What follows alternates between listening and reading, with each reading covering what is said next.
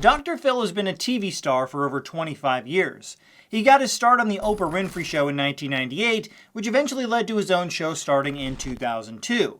He went on to have a total of 3,505 episodes where he gave out advice on various topics and tried to help people fix problems in their lives. Many people trusted Dr. Phil based on his background in clinical psychology and felt he sincerely wanted to help people, but once you take a closer look, you'll find out that Dr. Phil gave up his license to practice psychology in 2006, has documented cases of being a scammer dating back to the 1970s, and has had multiple lawsuits against him by past guests of the show who all feel he manipulated their story to make them seem like bad people, also the show could get more views. To tell the full story of Scammer Phil, we have to go back to the year 1971. Back then, Phil was living in Topeka, Kansas, and ran a fitness center known as Grecian Health Spa, along with his father and two friends.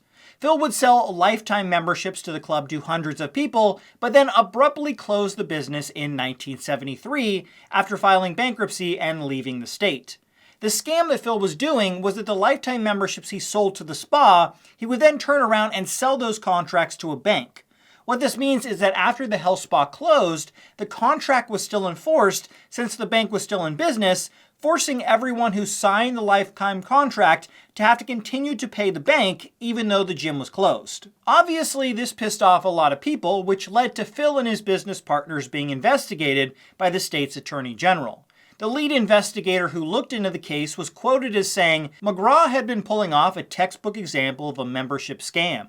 He was signing up hundreds of customers to long, expensive contracts, then turning around and selling the contracts to a financial institution for a percentage of the total value upfront in cash.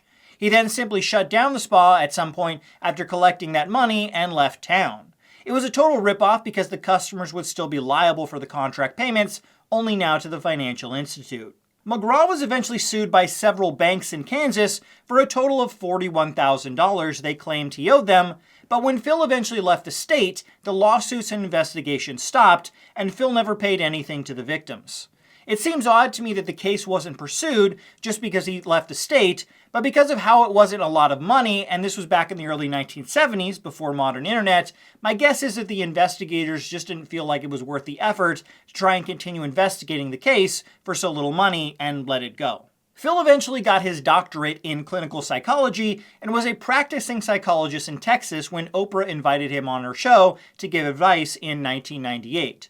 With his own show starting in 2002, his fame grew massively, but this eventually led to Dr. Phil being part of another scam, and many lawsuits filed against him for how he handled himself on the show.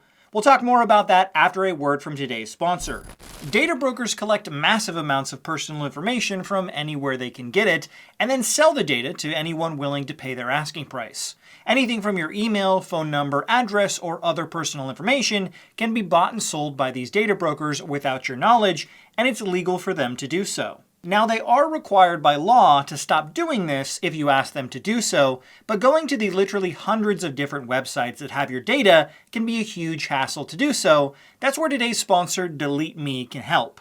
Delete Me saves you time while helping reduce the risk of your data getting into the wrong hands by removing your data from hundreds of data broker websites without you having to do the hours of work yourself. On top of that, Delete Me actively monitors data broker websites, making sure that your personal info stays removed. I tried out Delete Me and got my first report letting me know that Delete Me had located 14 different data brokers that all had my info and had already begun getting that information removed for me. Delete Me is now actively looking for my data online and gives me privacy reports on a regular basis with any new information they find online that I may want removed. I'm happy to have Delete Me sponsor this video, and if you would like to save 20% on your consumer plan, go to joindeleteme.com/Scott20 and use promo code Scott20 at checkout. Thanks again to Delete Me for sponsoring this video. The first issue Dr. Phil ran into when his show started in 2002 was that he wasn't licensed to practice psychology in the state of California, where the show was filmed. He held a license to practice in the state of Texas, but he would be required to apply for a license in California if he wanted to operate as a psychologist in that state. The state of California eventually investigated him, which they then allowed him to continue his show, since they said his show was more about entertainment than actual psychology. Dr. Phil eventually stopped renewing his license to practice psychology in Texas in 2006, which means that for nearly 2 decades of his show, he wasn't actually Dr. Phil and was just Phil, the talk show host. In 2003, Mr. Phil decided to get back into his scamming roots and lent his name to a line of nutritional supplements called Shape Up, created by a Texas startup named CSA Nutrauticals. The line included supplements, vitamin packs, meal replacement drinks, and protein bars. The plan centered around a gimmicky idea that people were either a pear-type body or an apple-type body, and then they would sell different pills to you based on what body type they claimed you were. With no science backing up Mr. Phil's pear or apple body type diet plans, the company was eventually investigated by the Federal Trade Commission and forced to stop selling their products in 2004 after the FTC determined the products were being falsely advertised to consumers. This eventually led to a few customers suing the brand and being awarded a $10.5 million settlement in 2006. Mr. Phil learned from his past scam not to directly run the scam, and instead just lent his name to it, and was able to get away fairly easy from the closing of the company with no real backlash. I feel like if this scam had happened in 2024 with modern YouTube, everyone would farm this story for millions of views, but since this happened before social media really took off, it's just something that everyone just kind of forgot about. Aside from the scams Mr. Phil has been involved in, his TV show has led to several lawsuits, and many guests being upset with how they were treated on the show. One of the biggest lawsuits came from an episode Mr. Phil did in 2006, covering the disappearance of teenager Natalie Holloway. This was a huge story at the time that got national coverage, and Mr. Phil saw this as a chance to cash in on ratings gold.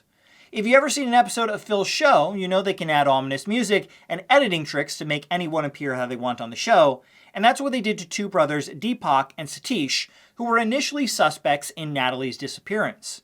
They were eventually cleared by authorities, and another man, Joran van der Sloot, confessed to ending Natalie's life. The brothers felt their reputation was ruined by Mr. Phil's portrayal of them on his show, which led to them suing both Phil as well as Paramount and CBS, who ran the show. Unfortunately, the lawsuit was eventually dismissed before it went to trial. Dr. Phil, always the opportunist to exploit people on his show for money, felt he struck gold again a few years later when pop star Britney Spears began her downward spiral. In 2007, she shaved her head and started attacking paparazzi, which eventually led to her being put under a psychiatric hold in a hospital after suffering a mental breakdown. Mr. Phil visited Britney in the hospital and allegedly tried to convince her to appear on his show to receive help, but she turned him down. Phil then immediately went to the press and started talking about Britney's situation and what he thought she was actually going through.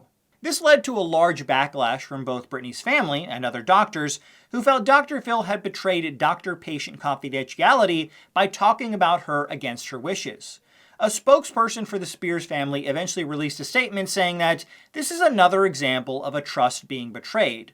Rather than helping the family's situation, the celebrity psychologist caused additional damage. Mr. Phil's show would continue to exploit desperate people for views up until 2023, when it was eventually canceled. One of the reasons I think it was eventually shut down was because of the growing backlash for the way Mr. Phil operated and exploited people for viewership on his show.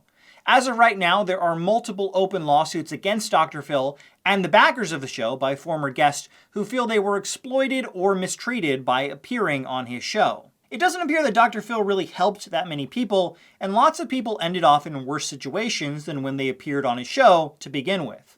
The best example of this is probably the infamous Cash Me Outside girl who appeared on Dr. Phil in 2016. Catch me outside, how about that? Huh? Catch me outside, how about that?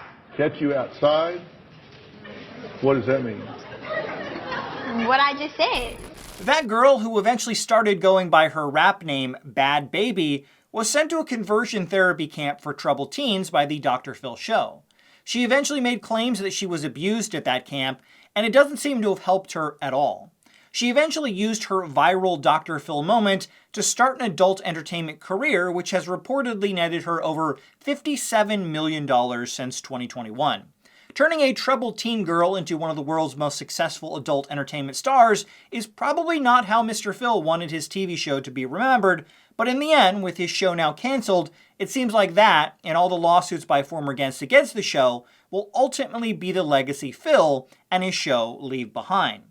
Thanks again to Delete Me for sponsoring this video. Check out the link in the description for 20% off their service that helps remove your personal information from data brokers' websites.